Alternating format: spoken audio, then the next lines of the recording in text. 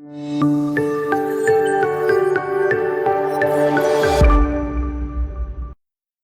evening, everyone, and welcome to day 455 as we continue our updates, our support, our care, and our love for Ukraine.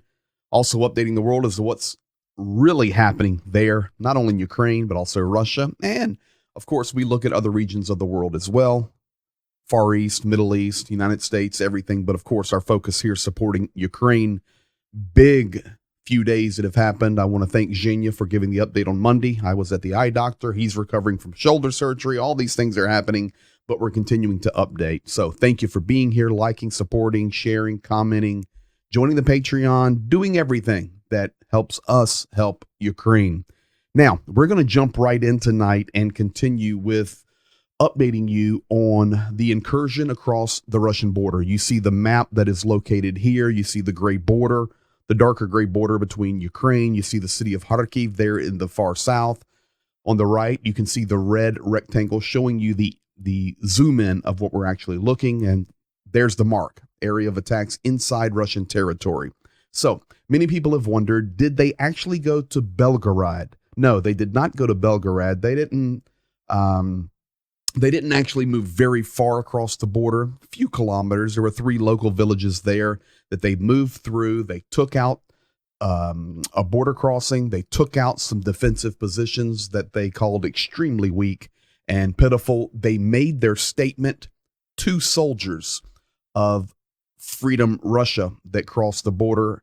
And I remind you that these are Russian citizens, Russian passport holders that are A, yes, helping Ukraine, but B, and more importantly, they are wanting to liberate their nation. They love Russia and they want to liberate their nation from the terrorist dictator, Vladimir Putin. That's what's really happening. Yes, Ukraine is helping them. Make no mistake about it. But it was the Russians' passport holders in this group that actually crossed the border. They now have returned. We've got some video we're going to share with you tonight about that. And Russia has made their statements about this. The bottom line is the Russian border where they crossed was ridiculously weak. The positions there were weak. And I can tell you that Russia was not prepared for this at all. At all. So, yes, heads are rolling. Yes, there's egg on the face. But we shall see what unfolds from this over the next days and weeks. Now, they have returned, as I said, across the border. This is a group, and you can see their flag there with the white and blue, Svoboda Rossiya, which is Freedom Russia. And these guys have given their report. I want to share that with you now. When they came back into Ukraine, they were actually interviewed. There were some Ukrainian journalists there from Channel 1, which is actually 1+1. And they were asking questions. And this guy's just giving the description. He's talking about Vladimir Putin. He's talking about military equipment. He's talking about American equipment. And this is going to be interesting for those of you who are Americans in here. He lays out a little bit of truth that we try to share with everyone. You know, Ukraine wants to spin their story, and we support them 1,000,000% that it's just easy and blah, blah, blah, boom. Jen Stoltenberg came out today and said, this war is going to be a long time. The Russian fortified positions on the 900-mile front are extremely difficult and well dug in. So Ukraine and those that are helping supply Ukraine are going to have to do an impeccable job. Doesn't matter that this little group went across the border and back. It's going to continue to be a very, very difficult and long war. And the guy reporting from Freedom Russia's saying the same thing, really. He's making a direct statement. But if you listen to him, and I had the video for you, he talks about how Russia is also recovering even American equipment and using it in the battle against Ukraine. Really interesting here. I've got it translated for us, and we'll get to that. Before I show you that, let's take a peek at what Shoigu, the defense minister of Russia, actually had to say about this incursion. Here's Shoigu. Dear colleagues, first, a few words about another terrorist action by the Kyiv regime against our civilians. On the 22nd of May this year, a unit of a Ukrainian nationalist formation invaded Russian territory near the Ozinka international checkpoint in the Belgorod region.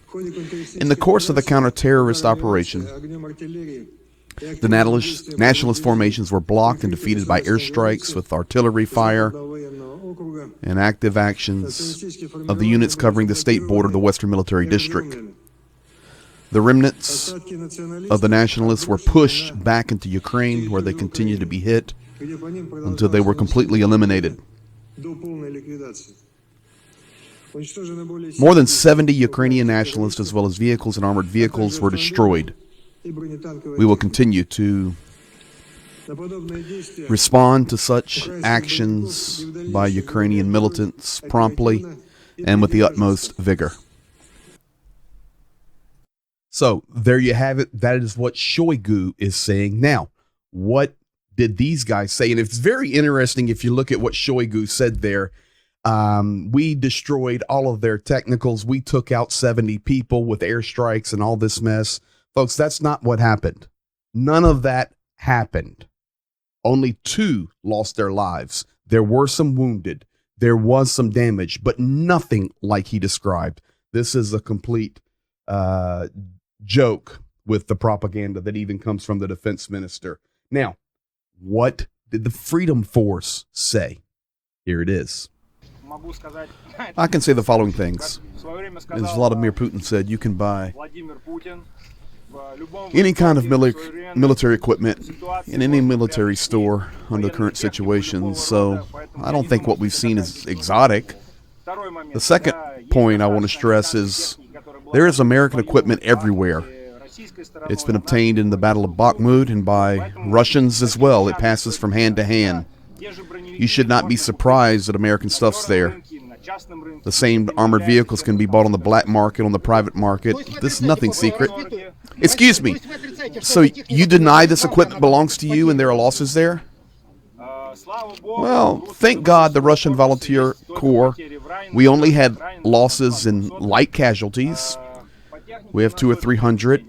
I'm from Channel 1. What are your successes so far, and is there support among the citizens of the Russian Federation? What are you talking about? What progress have we made so far? Well, at the moment, how much has passed? What is the situation? We're here.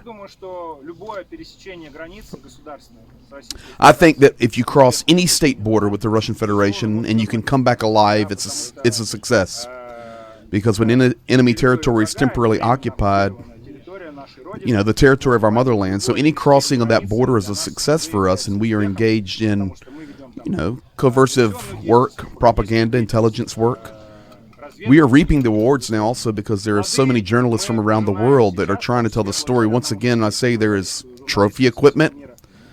We've brought back trophy weapons. And regarding the population of the Russian Federation, people write in different chats. It's clear that some are fake agents and spies. People just say whatever they want. I'm in the region. I'm ready to cross the border. We're for you. You're good. I have a gun. I'm going to fight for you. Lots of messages, but we'll see what happens. We'll see what happens. So there you have it. Really interesting. So, folks, if you want to know who crossed the border, that's who crossed the border, Freedom Russia. If you want to know what really happened, he just told you. We crossed the border. We did something incredible. We took out some stuff. We brought back some trophies. There's American stuff everywhere. It's on the Ukrainian side and the Russian side. When Russia takes some positions from Ukraine, they take their equipment. The same thing happens for Ukraine with Russia. There's stuff everywhere. What we're here to do is to liberate our nation.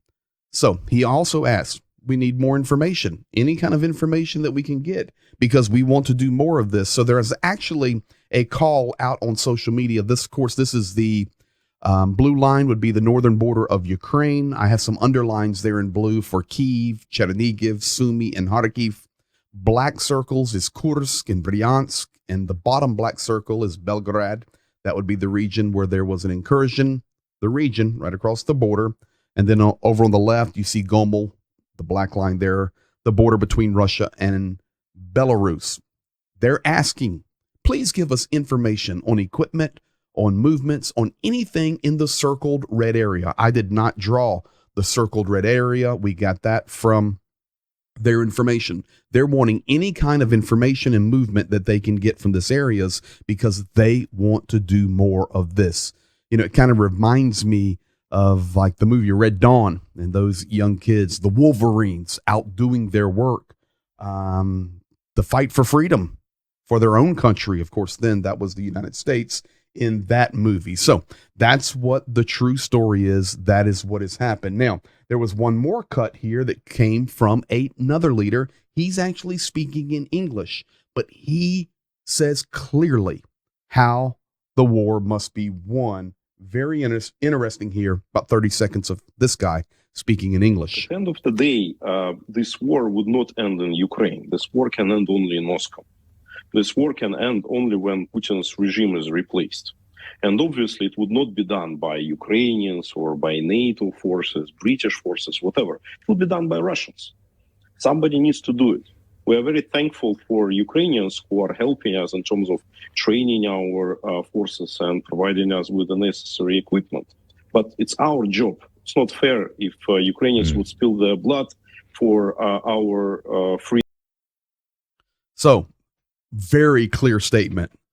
Once again, to confirm, Russian freedom forces, freedom fighters are the ones that cross the borders. Yes, they have a Ukrainian equipment. Yes, they were trained by Ukrainians. Yes, of course, Ukraine supporting them, but it was not the Ukrainian military per se that crossed that border specifically. And he says how the war is going to end. It's not going to come from NATO or Britain or Ukraine. And it's not fair that Ukrainians have to spill their blood for this war for us. We have to take Moscow. And of course, that is the reference to Vladimir Putin. So we shall see what will unfold. Now, I can tell you over the night, there was an attack upon the Ivan Kurs. The Ivan Kurs is a flagship reconnaissance Navy ship there in the Black Sea. There were 3 drones on the surface, boat drones, little small. I'm going to show you the video in a second, that were coming at the Ivan Kurs, and they were repelled. The ship did not take damage. No matter what you're seeing or reading, it did not take damage. Here is the official report, RIA Novosti, and the spokesperson. I know you guys like this guy. He is full of personality. But here's some clips of Russia taking out the attack and his words about it. Все катера противника уничтожены огнем из штатного вооружения There they российского destroy корабля one в of 140 the километрах северо-восточнее пролива Босфор. drones coming in. He just Корабль «Иван says Курск» how Черноморского close they флота came, how продолжает many meters they выполнение came from the поставленных boat, задач. and there was a successful repelling of that attack. And that actually is factual. But just think how close those drone boats, those attack drone boats from Ukraine actually got. So that's the story on the Ivan Kurs. Now, we also have an update tonight on Energodar and Zaporozhye nuclear power plant. Reactors 1, 2, and 4. Reactors 1, 2, and 4. Here is a picture from inside. I've got lots of pictures like this, but you can see the columns of military equipment. But the inside guys there, the Ukrainians that are still working there, they're risking their lives to get information out to Ukraine and to the rest of the world. That entire facility is mined. It was de-energized yesterday because a power line was down. And of course, then you go into the backup diesel generator mode, and it's very, very dangerous. That power line has not yet been restored, so they're on backup power. This happens occasionally, but it is more dangerous. But the most dangerous point being, the place is nothing but a military dump depot and military base. They're putting out the information that specifically reactors 1, 2, and 4 are just loaded.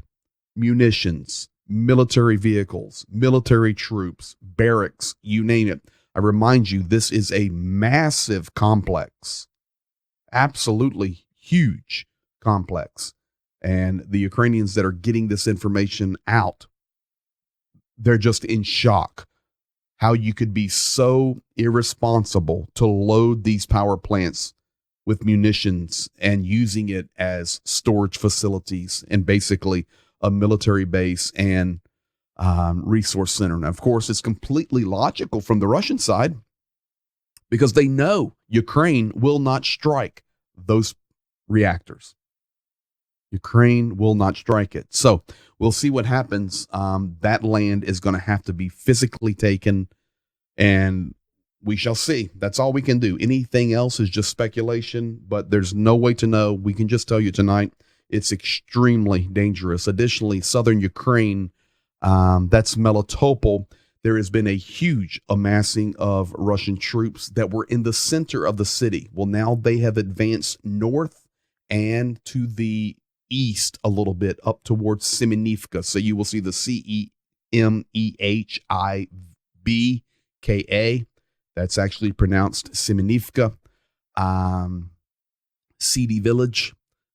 That's how you would translate that. Massive amount of equipment and forces have rotated in from the south through Melitopol and pushing up to the west. Of course, that's coming from local information as well. Now, if we go to the big map here, I will show you just a reminder. This is down in the south here. Melitopol being the gateway to Crimea. Kherson, Nikopol, Zaporizhia, Dnipro. Here's Melitopol. This is the region that we are talking about. Now, since we're on the map, let me take you in, give you an update tonight on Bakhmut. Ukraine holding basically their northern flanks and their southern flanks, and Russia has taken more in the center. That's the story. I will zoom in now and show you. Let's go to the northern flank. Remind you first, Bakhmut itself proper is here. It's taken, folks. It's taken. But northern flank. And I know I've seen headlines out.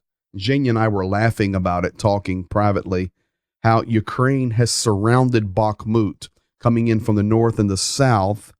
This is on Ukrainian media. And we're here to tell the truth.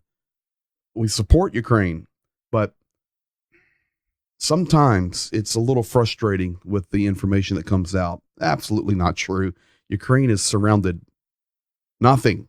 They're making good pushes on the northern flank and the southern flank. But they have in no way surrounded Bakhmut, and it's not happening anytime soon. So let's look at the northern flank here. You can see the blue, which is reoccupied or demilitarized territory and now held by Ukraine. We're on May the 17th, 1 week ago. Let's come ahead a week. May 17, watch the blue and the red. No movement to the 18th. No movement to the 19th. No movement to the 20th. No movement 21. There, right there. Later half of the 21, Ukraine gained control and occupation of that area right there. So they went from 2.32 kilometers squared control to 3.49. They gained a square kilometer, so that's good.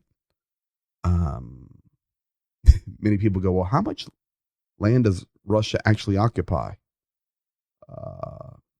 It's a lot. Well, right, just this section is 2,057 kilometers squared. So this is why we know it's going to take a while. North, again, keep looking. 22nd, 23rd, 24th. So that's today. So that was the movement. Now let's come to the south. Let's go back to the 17th. 1 week. Here you can see the blue pushing in. Here's Ivanivsky. Here's Bakhmut over here and here. 17th to the 18th. You can see the Russian line comes up and the blue extends right there. There's a full front line created. Look at that. Ukraine completely occupies this. It's great, great movement, great push. Still just looking at the south. No further movement through the 24th. Now we come into Bakhmut proper. Back to the 17th.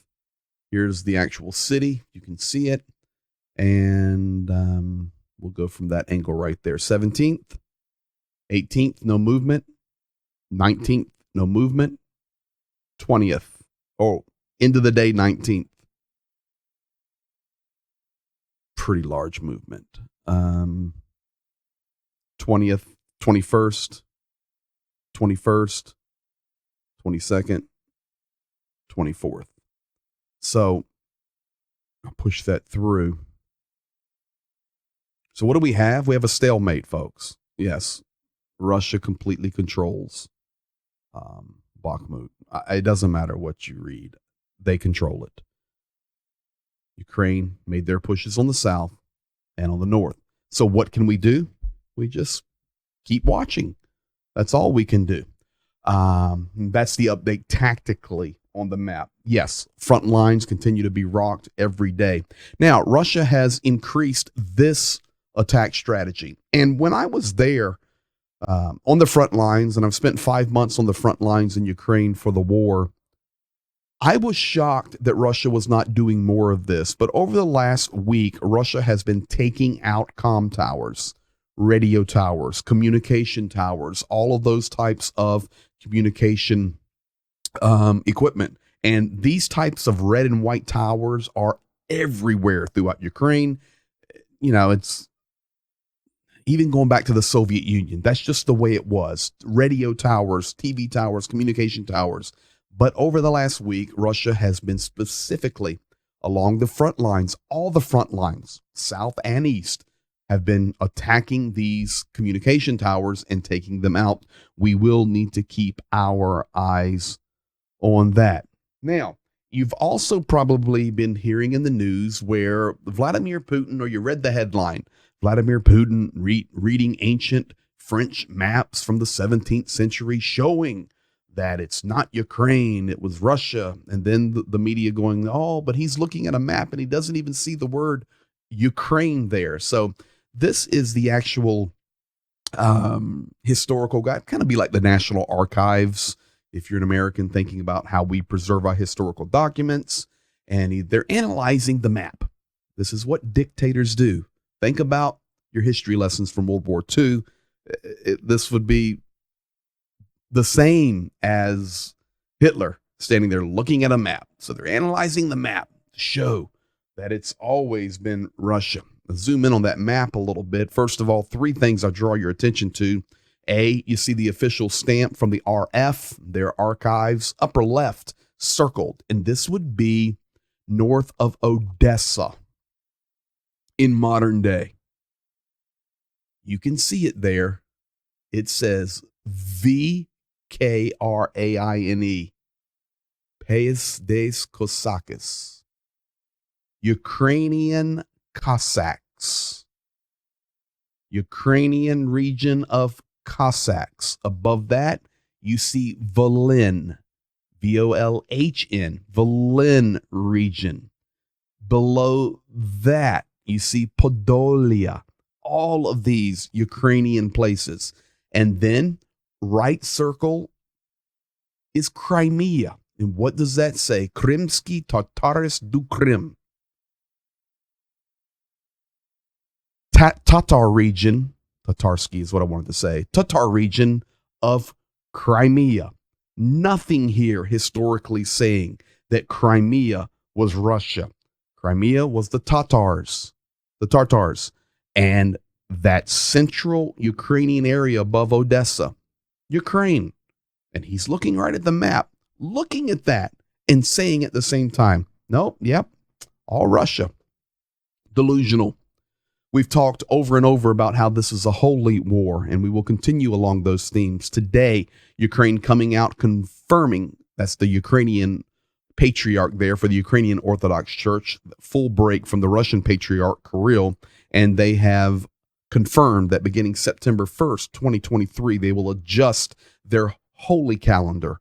Of course, the major days being Christmas and Easter. Easter will say the same in 2024 as the Orthodox standard calendar, but Ukrainian Orthodox Church will be breaking from the Russian Orthodox, and Christmas will be moving from January to December the 25th, where they celebrate Christmas with the majority of the remainder of the world. So we see that breaking, everything being broken.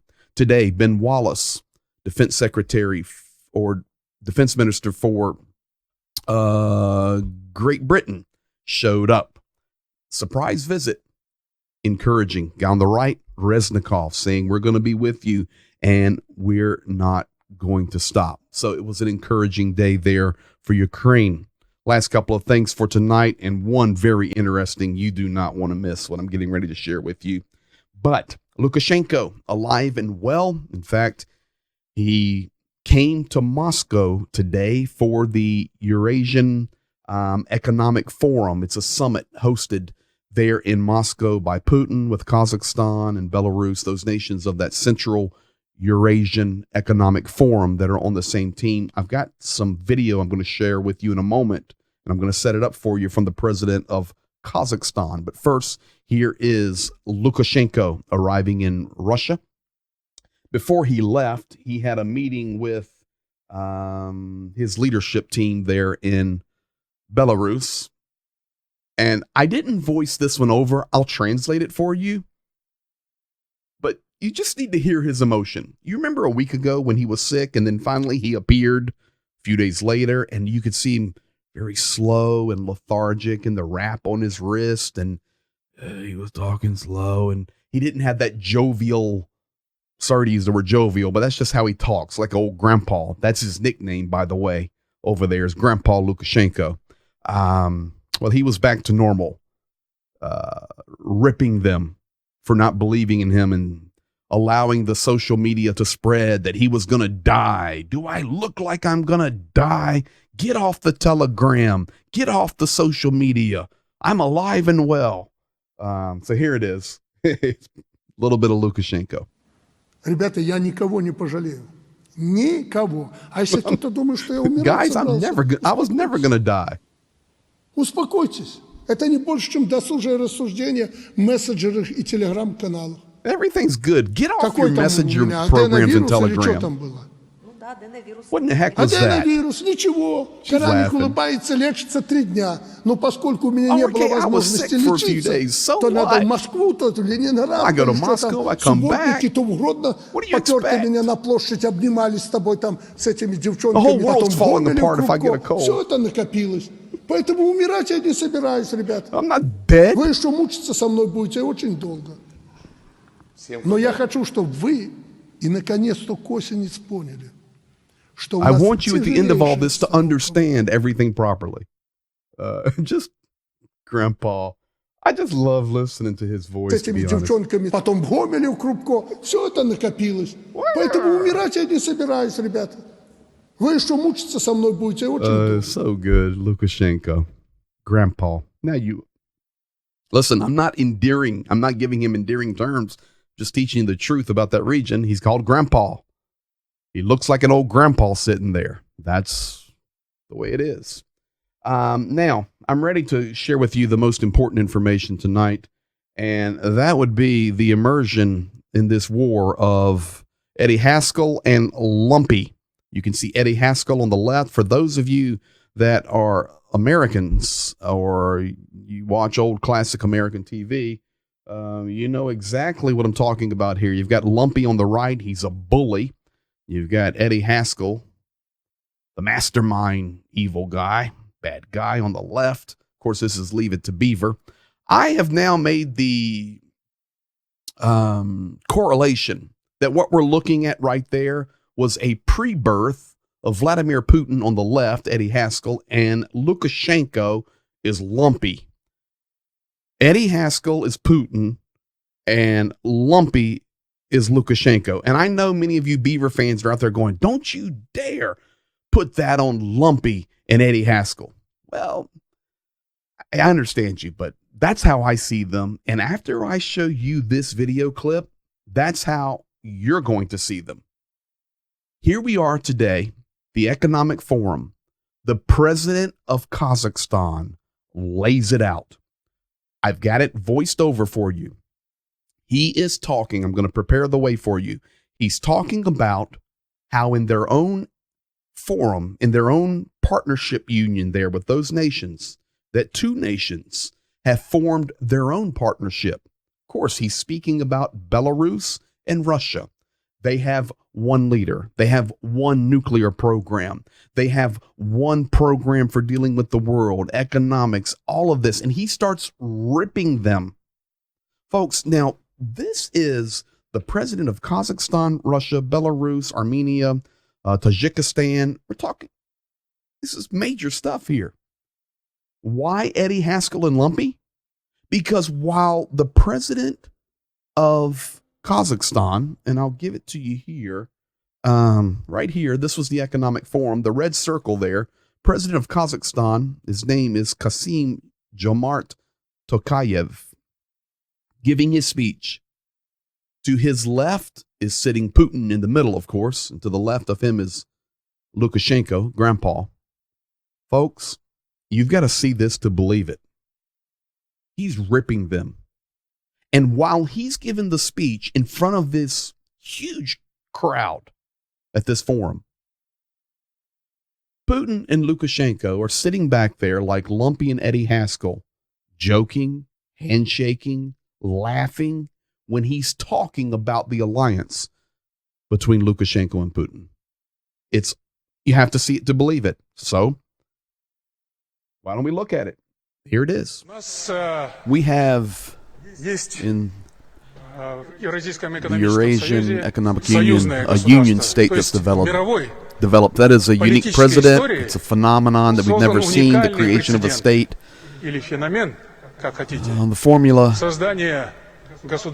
two countries, one state. This has been created now in the world political history. They have a single political, legal, military, economic, monetary, cultural, humanitarian space, with a single union government, with a single union parliament. Well, I'm sorry, but even the nuclear weapons are 1 for 2 now. That is why there's another level of integration represented by Kazakhstan and Armenia.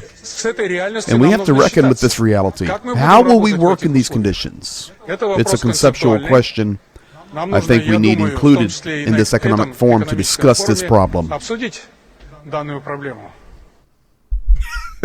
Folks, I'm telling you, the man's ripping them today, and Eddie Haskell and Lumpy, you can't make this stuff up.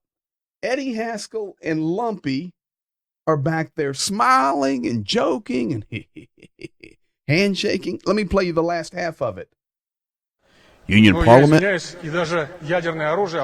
I'm sorry, but even the nuclear weapons are 1 for 2 now. That is why there's another level of integration represented by Kazakhstan and Armenia. And we have to reckon with this reality. How will we work in these conditions? It's a conceptual question I think we need included in this economic forum to discuss this problem. How disrespectful. The nuclear weapons are 1 for 2 now. That is why there's another level of integration represented by Kazakhstan. You just can't make this stuff up. I couldn't even try to make this stuff up, but I was preparing that, and we were getting everything translated and confirmed today and voiced over, and I looked at that and I said, oh my goodness, that's Lumpy and Eddie Haskell. So folks, that's where we're at today. You fully updated. Let me do a check right quick. Boom. Shaheeds are flying north of Kyiv, Zhytomyr. Let's see here. Let's do this.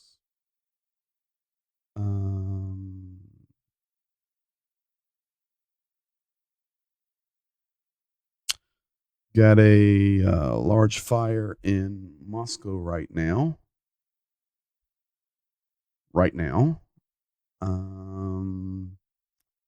Let's see. Shaheeds over Kyiv. Shaheeds over Zhytomyr.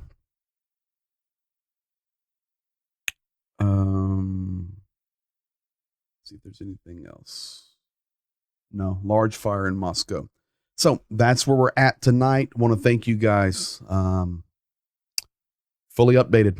Appreciate you, all you do. Make sure you like, comment, subscribe, join the Patreon. Do whatever you can to help us get the truth out. Much appreciated. Share it on your social media. That's how it really happens. Be blessed, and we'll see you in 48 hours, if not before.